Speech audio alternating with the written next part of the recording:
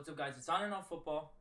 The Green Bay Packers are now 10-4, and because of their dominant win against the Seattle Seahawks, their next game against the New Orleans Saints in Lambeau Field is a game that will clinch them a playoff spot. All they need to do is to win that game, and the Packers are clinched into the playoffs, and all they've been fighting for is a seeding. So the Packers destroy the Seahawks 30-13. Geno Smith didn't play very well. Did get injured in the second half. He had an interception, 15 for 19 and 149 yards. Jordan Love played a great game. Not too much passing, but a good amount to get us through the game. 20-27, 229 yards and 2 touchdowns. Josh Jacobs, he's a beast. Give him the rock is what LaFleur wants to do. So gave him 26 carries, 94 yards, and a touchdown. But overall, just a great game from the Packers. One of the most complete games we've seen from the Packers, except that one fumble from Josh Jacobs. Everything else just clean football throughout. There were some questionable calls by LaFleur when he went for it on fourth down and he ran it. It was a very questionable call. And there was a few times where he could have went for it, but he kicked a field goal instead to play conservative. Good thing this game was out of reach for the Seahawks, but in a closer game, those are not going to go the same way you want it to go.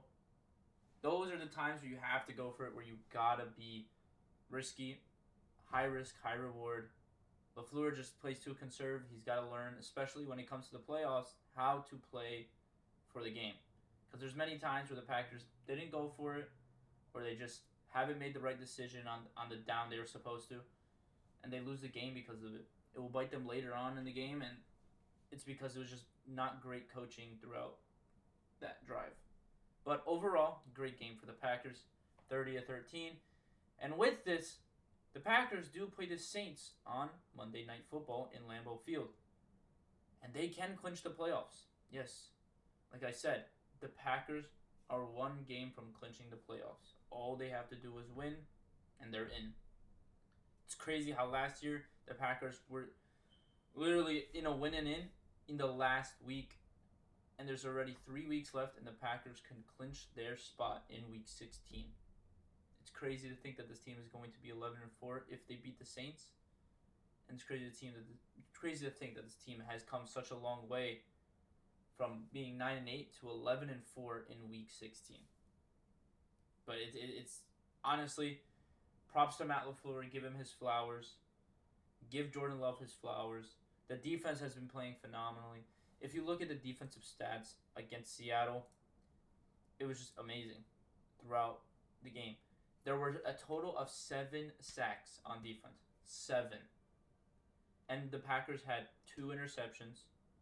One from Sam Howell, one from Geno Smith. Geno Smith was picked up by Carrington Valentine, and Edgerrin Cooper picked off Sam Howell. And he had a sack. And he had 4 tackles and 2 tackles for a loss.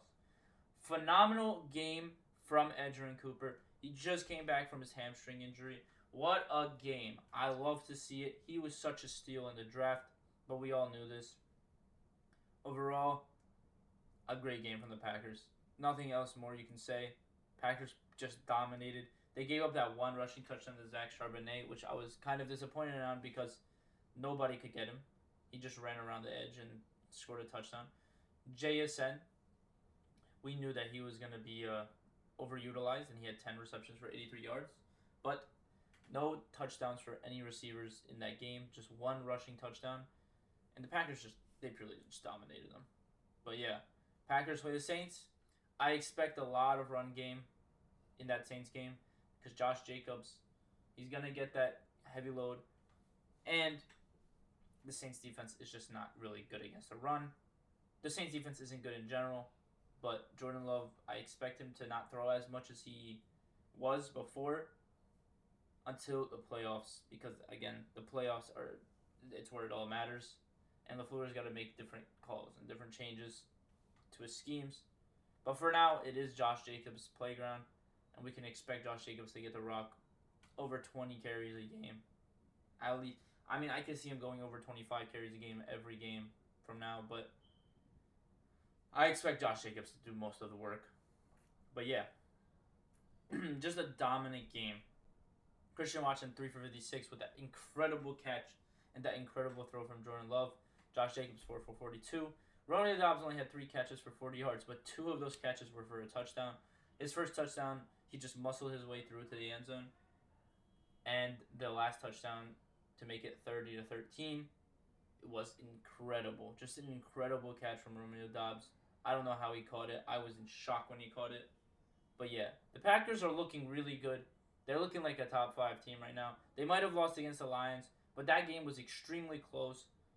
And I'm excited to play the Vikings. I want to see how the Packers play against the Vikings this time around. I think the Packers have a great chance of beating them. The Vikings beat the Bears, but they didn't look that great. So I'm excited. Let's see what the Packers can do these next 3 weeks. Can the Packers win out? If the Packers win out, they are still in position to get the 5th seed. The Packers cannot lose any games. I don't expect them to lose any games. The Saints game is kind of a trap game if Derek Carr was playing, but Derek Carr is not playing. Either Spencer Rattler or Jake Haener, and I expect Spencer Rattler to play, and they're just not. It's not a great time for the Saints. I think they're just gonna rebuild right now. So Packers still, regardless, they can't take this game lightly. This is for the playoffs. This is to punch their ticket into the playoffs. They're not gonna take it lightly, and I don't expect them to. So yeah, that's everything. I hope you guys enjoyed. Tell me, are you guys excited for the Packers to have a chance to punch in a ticket to the playoffs and potentially get the 5th seed if the Vikings lose one more game? The Vikings would have to lose one more game, and the Packers play them, so they would beat them. So they would need to lose 2 games, but the Packers already played them. And yeah, Vikings have a chance. They play the Seahawks, but I think that's the last chance. Or they play the Lions week 18.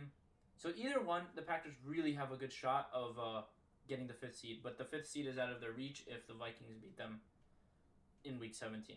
But that's everything for now. I hope you guys enjoyed this video. If you guys found it helpful, let me know in the comments down below. And as always, don't forget to like, comment, and subscribe. And go Pack.